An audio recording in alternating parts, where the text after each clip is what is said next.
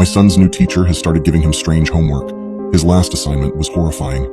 When my son Oliver started school this year, I was relieved to see that his teacher, Mr. Gallagher, seemed very friendly. From the beginning, the homework was light. Simple math problems, a few spelling exercises, stuff you could complete in about 20 minutes. But about a month ago, the assignments changed.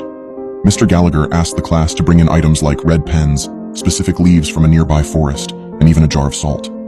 Harmless, I thought. Maybe the school was doing a creative science project. But Oliver had no explanation when I asked him why the homework was getting so specific. Then came the assignment to draw a picture, something important to you, in red ink only. I didn't think much of it until Oliver's drawing came back with red smudges all over it. "Oliver, did you spill something on this?" I asked, inspecting the streaks. "No, Mom," he said, shaking his head. "I couldn't find a red pen, so Mr. Gallagher gave me some special ink to use." That set off a little alarm in my head, but I still convinced myself it was probably some odd craft material. Teachers can be eccentric, right? But then the homework got darker.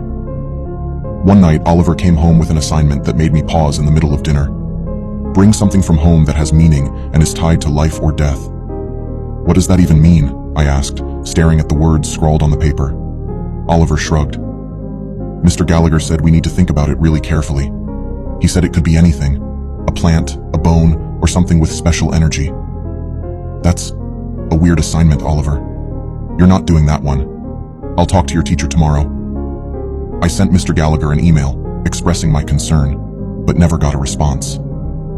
Oliver insisted on doing the assignment anyway, so he brought in an old feather from our family's pet bird that had passed away a few years ago. Mr. Gallagher seemed pleased with it, at least that's what Oliver told me. But it didn't end there. 2 days later, Oliver came home looking pale, clutching a slip of paper like it was some precious secret.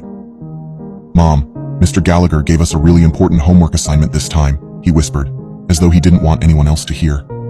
I snatched the paper out of his hands before he could stop me. The assignment read, "Bring a sacrifice to the hollow tree at midnight. This will be your final test." I felt my stomach drop.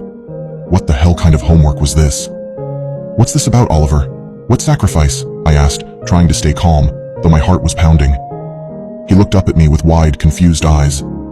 "Mr. Gallagher said it has to be something important, something that means a lot to me." I stared at him, trying to process what I was reading and hearing. Something was very, very wrong. This wasn't just eccentric anymore. This was deranged. I grabbed my phone and dialed the school, demanding to speak with Mr. Gallagher or the principal. The secretary told me that Mr. Gallagher had called in sick that day and the principal wasn't available.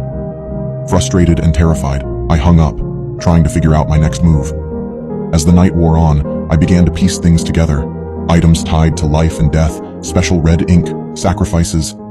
Something sinister was happening, and it was no coincidence that it started after Oliver got this new teacher. At midnight, I heard Oliver's bedroom door creak open.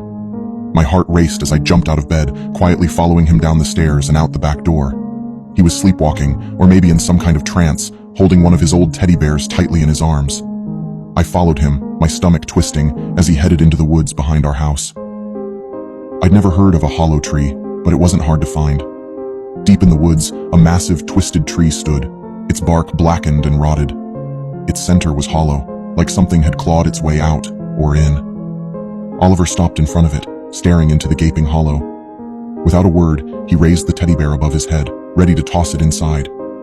"Oliver, stop!" I yelled, grabbing his arm and shaking him awake. He blinked, dazed, and dropped the bear. "Mom? What's going on?" he asked, confused and frightened. I hugged him tightly, tears of relief streaming down my face. But I knew this wasn't over. Mr. Gallagher was behind this. He had to be. And whatever this hollow tree was, it wasn't anything natural. The next day, I kept Oliver home from school and went straight to the police. They're investigating Mr. Gallagher now, but so far they haven't found him. His house was empty, his car gone. It's like he vanished into thin air. But last night I found another note slipped under our front door. "You didn't let him complete the ritual. You won't stop us next time."